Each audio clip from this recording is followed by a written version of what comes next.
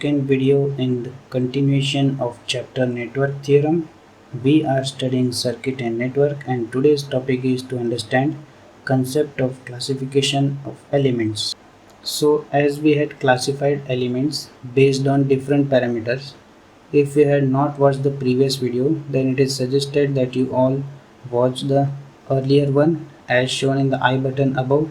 And if you like our content, then also like and share with your friends and hit the subscribe button, which keeps encouraging us. And do watch the video till the last to understand it. Classification of elements was broadly categorized into 5 parts, which are based on physical dimension, linearity property, reverse polarities of sources based on source connected, and based on delayed time response, which are further classified as shown here. Let us understand one by one the classification of each of these type. So let's get started with the first one, that is based on physical dimension. So you might have observed this type of figure when you solve numericals in your class, or you might have questioned that whether the circuit is lumped or distributed. So let us understand what is lumped and distributed network. Now a lumped network in which elements which are physically separable, or you know that the component has only R, L or C, where the physical size of elements become negligible compared to the wavelength of electromagnetic propagation, for example resistor or inductor or capacitor. Such type of circuits can be said as lumped network. So now you can say that this figure is a lumped network where you can physically separate 2 ohms, 6 ohms, 4 ohms or the 2 ohms connected at the end, and such case can be considered as a lumped network. So then what is distributed network? So in distributed network you will observe that elements cannot be physically separated as they are spread along the particular distance. So what we mean to say is, and let us understand by the example like transmission line. So transmission line is taken as a distributive network. So in this transmission line you cannot find resistance at one point, as resistance is spread along the line is measured in ohms per kilometer. Similarly, it is not the only resistance that is present in the transmission line. There is also inductance which is spread along the different parts. So you can say that inductance is measured in such cases in Henry per kilometer. There is also capacitance present between the two transmission lines, that is measured in farads per kilometer. But there is also some capacitance which is present if there is a ground reference, then you can say that there is a capacitance present between the transmission line and the ground. So you can now observe that resistance, inductance and capacitance in such cases are spread along the line. So you can say that when physical size of elements become comparable to the wavelength of electromagnetic propagation, then the network that you observe would be distributive in nature. Let us now understand the next classification, that is based on linearity property. Now linearity property can be checked even by observing mathematical expression of the network or by analyzing the characteristics of a graph between two quantities. Now, for a network to be linear, it should follow superposition theorem, and we will be studying this theorem in the coming lectures. But it is not the only case. You can also find a network to be linear or non-linear if it follows two properties. These properties are also followed by superposition theorem, that is the property of homogeneity and the property of additivity. So what are these two properties? Let us understand. So the first is property of homogeneity, which says that f of ax will be equals to a times fx, which means that if you increase a particular function by a times, then the effect of the same will also be seen as A times the actual value. So let us understand it by a circuit. Consider this circuit. Over here, if there is a voltage source V which gives some I current in the circuit, then by the property of homogeneity, if the voltage is doubled or tripled, then the current that is flowing in the circuit will also be doubled or tripled. So for the case, we consider that V is equals to IR. If we double the voltage, then current will also double, as it follows Ohm's law. So 2V will be equals to 2 times I into R. Hence we can say that K times V will be equals to K times R. So property of homogeneity is nothing but a scaling function, that if the voltage is doubled, then the drop across the elements will also double. So this follows the property of homogeneity. So such circuits that follow homogeneity and the property of additivity will be considered as linear network. So just now this case follows property of homogeneity. Now let us understand the next property, that is property of additivity. So considering this case, that is f of x1 plus x2 will be equals to f of x1 plus f of x2. Now if you understand this mathematical equation, it tries to say that if there are two functions, independent functions acting together, then their result will also be equals to individual functions acting singly at one point.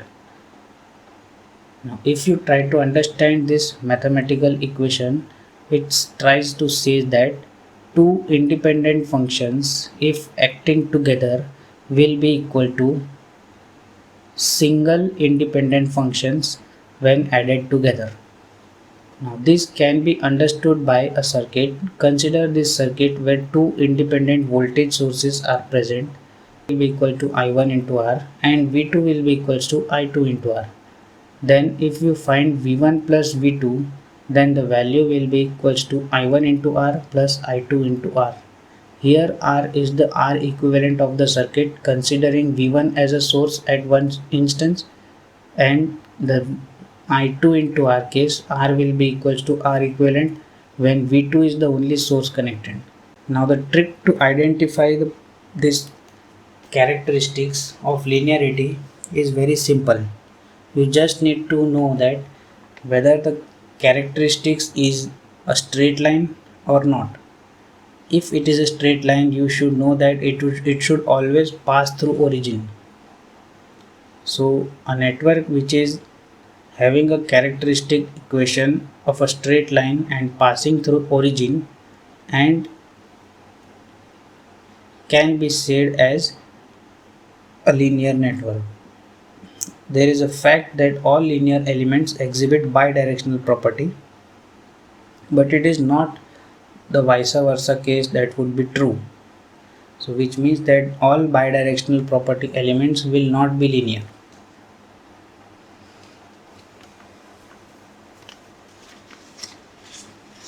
Next, let us understand the other linearity property case, that is nonlinear network. So in nonlinear network, you will find that it will never follow superposition theorem, and neither the property of homogeneity or additivity play a vital role. So both the cases would not be satisfied. As a result, the trick to identify is very simple. Those characteristics whose straight line never pass through origin can be considered as a nonlinear network. Let us try to analyze which graphs are linear and nonlinear. So in first case, there is a characteristics of V versus I showing that there is a straight line that passes through origin, which is nothing but the graph of resistor, where the first quadrant represents positive change in voltage reflecting positive change in current. In the same way, third quadrant represents negative change in voltage representing negative change in current. Similarly, the second graph is the relation of flux linkage versus current, which is nothing but the graph of inductor. Similarly, the next graph is between charge and voltage, which is nothing but the graph you get is the slope, and the slope is equals to capacitor. So their resistor, inductor and capacitor are linear in nature as seen from the above figure. Let us also understand the relation of forward current and anode cathode voltage, that is of diode. And diode is a semiconductor element. As you can observe that it starts after some time, that is at 0.7 volts around, that diode will start to conduct, and as a result till that much time, even if you increase voltage, there is no forward current. So you can observe that characteristics of such type of element is not a straight line. Although it is passing zero, we can say that diode is a non-linear element. Similarly, you can be tricked to ask like the characteristics of an element is in a way of this type of shape. So now you have to analyze whether this is linear or not linear. So in such case you have to just see that whether it is a straight line or not.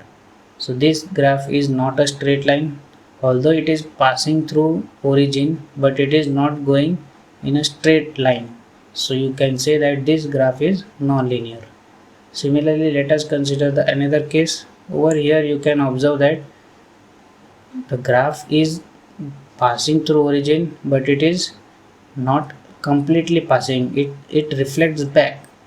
So you can say that it is non-linear graph. So after this, let us understand the next classification, that is based on reverse polarity. So when we say the reverse polarity, it is broadly classified into two types, that is bilateral network and unilateral. So bilateral network are those network in which direction of elements allow the flow of current in both the direction. So it is the property of element to allow the flow of current in either direction with same magnitude. But there are some elements which do not do so. So they are said as unilateral network, and they allow the flow of current in only one direction. So they can be termed as unilateral network.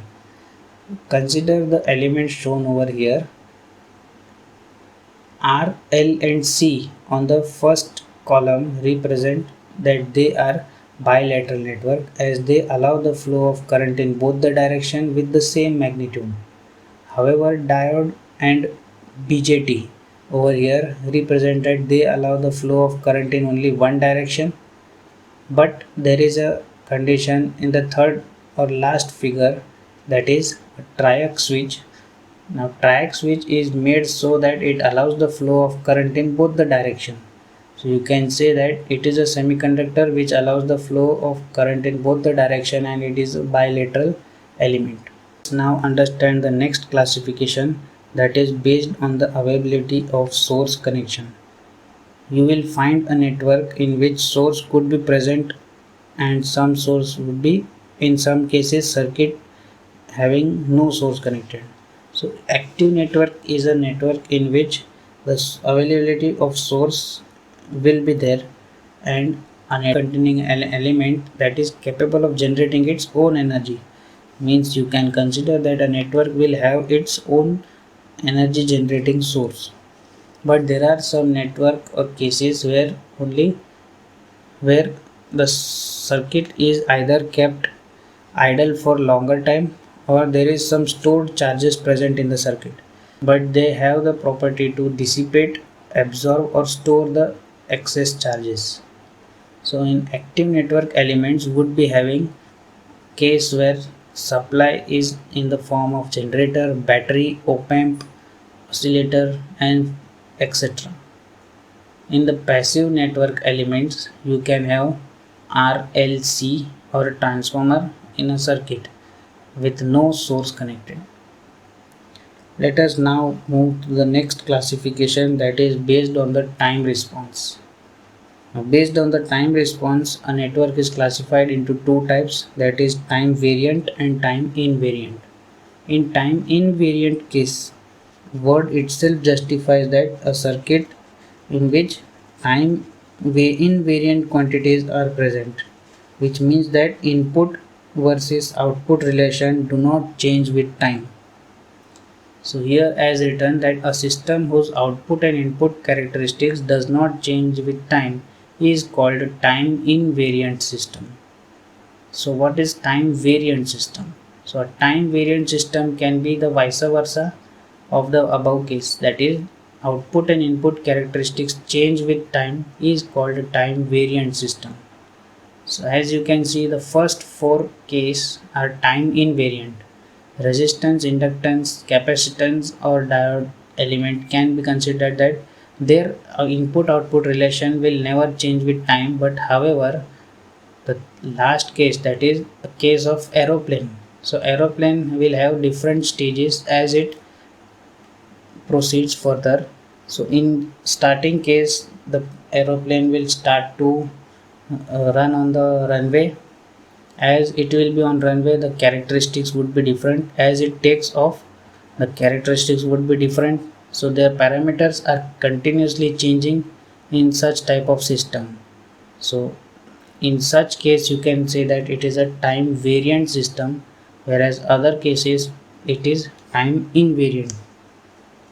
Now after studying all the types of classification, we can analyze and say that a network will be having different types of classification. So in network theorem we should know that a circuit would be lumped, linear, bilateral and time variant. So from now you should know that all the circuits and networks whatever you study in the subject would be following these four cases, that is they would be lumped, they would be linear, the elements would be bilateral and time invariant. So as highlighted over here that most the numericals which you study in network theorem follow the above condition. So students should know that in any circuit which they solve will be having lumped, linear, bilateral and time invariant characteristics. This is the most important thing to remember. The next topic which we begin is the types of source. Now as we have studied about importance of source in previous class, if you have still not watched the previous one, I would suggest you to watch the previous video and again come back over here. So it would now be good to classify sources and understand their characteristics. Sources are classified into two parts, that is independent and dependent source. So independent source and dependent source are further classified into independent voltage source and independent current source. Same way it is also categorized into dependent voltage source and dependent current source. But the dependent voltage source and current source are further classified into current dependent voltage source, voltage dependent voltage source. And similarly current dependent current source is further classified into current dependent current source and voltage dependent current source. So let us understand each case. Now in an independent source is a source which provides constant magnitude of voltage or current. So a source which can provide constant magnitude irrespective of other elements can be termed as independent source. So usually this type of source are having symbol of circle, and inside that circle you write the value and show the polarity. Now independent voltage source, in this type of source you can say that it is able to supply constant voltage irrespective of whatever current is demanded from the circuit. So you can say that when a voltage across two terminals is the function of time only, and does not depend on any other electrical or non-electrical variables. Next is what is ideal independent voltage source. So an ideal independent voltage source would be having no internal resistance. So as a result, what will happen? Actually, the voltage at the terminals would be E minus IR, but as there is no internal resistance, voltage will be equal to the E. Next is practical independent voltage source. So a practical independent voltage source would be having some internal resistance that was connected in series. So as a result, V will be equal to E minus IR. So as a result, you can observe in the right side the two cases. The first figure shows the symbol of ideal independent voltage source, and the second figure shows the symbol of practical independent voltage source. Let us now observe the characteristics. So an independent source equals to E, that is the ideal characteristics, which means that voltage remains constant irrespective of whatever current is demanded by the circuit. But for practical case, there will be some resistance that will be present in series that drops the voltage E. So as a result, this black line indicates the IR drop, and that is the practical case voltage value of independent source. Let us now understand the characteristics of current source. Now an independent current source which gives you constant magnitude of current irrespective of whatever voltage is demanded by the circuit. So the value of current across two terminals is a function of time only and does not depend on any other value. It is also categorized into ideal independent current source, in which the current that is supplied will be equals to I, and in such case internal resistance is infinity. Similarly, practical independent current source would be having some parallel resistance that would be connected across the current source. So the equation would be source current would be equals to capital I minus V by R. Here this small r represents the parallel resistance that is connected across current source. So as you can observe here, the first figure represents I, that is equals to Is, whereas in second figure capital I, there is a small resistance R that is connected in parallel, and across that you will find that the net current Is that will be coming out will be I minus V by R. Let us understand the characteristics of current source. So characteristics of current source, you just need to interchange V and I from the voltage source characteristics. You will observe that I remains Is constant for ideal independent current source, but when the practical case is considered, then there will be some parallel resistance that is connected across the current source, dropping the to certain value, that is I minus Is equals to I minus V by Rp. That will be the practical case. Let us now understand dependent sources. So a dependent source is nothing but a source whose magnitude depends on the voltage or current of any other element that is connected, and that can be said as a dependent source. So as a result, you can say that the value of voltage or current is dependent on any other element. A dependent source is indicated by a diamond shape unlike circle. So in independent case, as you had observed that the source would be a circle and a magnitude or polarity shown, whereas a dependent source there would be a diamond shape. Inside that there will be a polarity and magnitude shown. Dependent source is determined by either the dependent element and the type of source. So dependent source is determined by the dependent element and the type of source. So let us understand dependent voltage source. So in such case, there will be a diamond shape inside which there will be polarities of voltage written. So if you find a diamond shaped source inside which there is a polarity is mentioned, then it is surely a voltage source. Now you have to just find whether it is dependent on current or voltage. So if you find the case in which the polarities are mentioned and above that there will be Ix, if there is a current mentioned, then it means that the voltage source is dependent on current value. So as a result, this type of source is called as current dependent voltage source. There is also a case if there is a voltage polarity present and it is all dependent on the voltage across a certain element, then this type of source is called as voltage dependent voltage source. Let us now understand the next case of dependent source, that is current source. So dependent current source, you can say that a dependent current source is indicated by a diamond shape and there will be an arrow indicated which will show the direction of current as a current source. Now the value of current is dependent on any other element's current or voltage.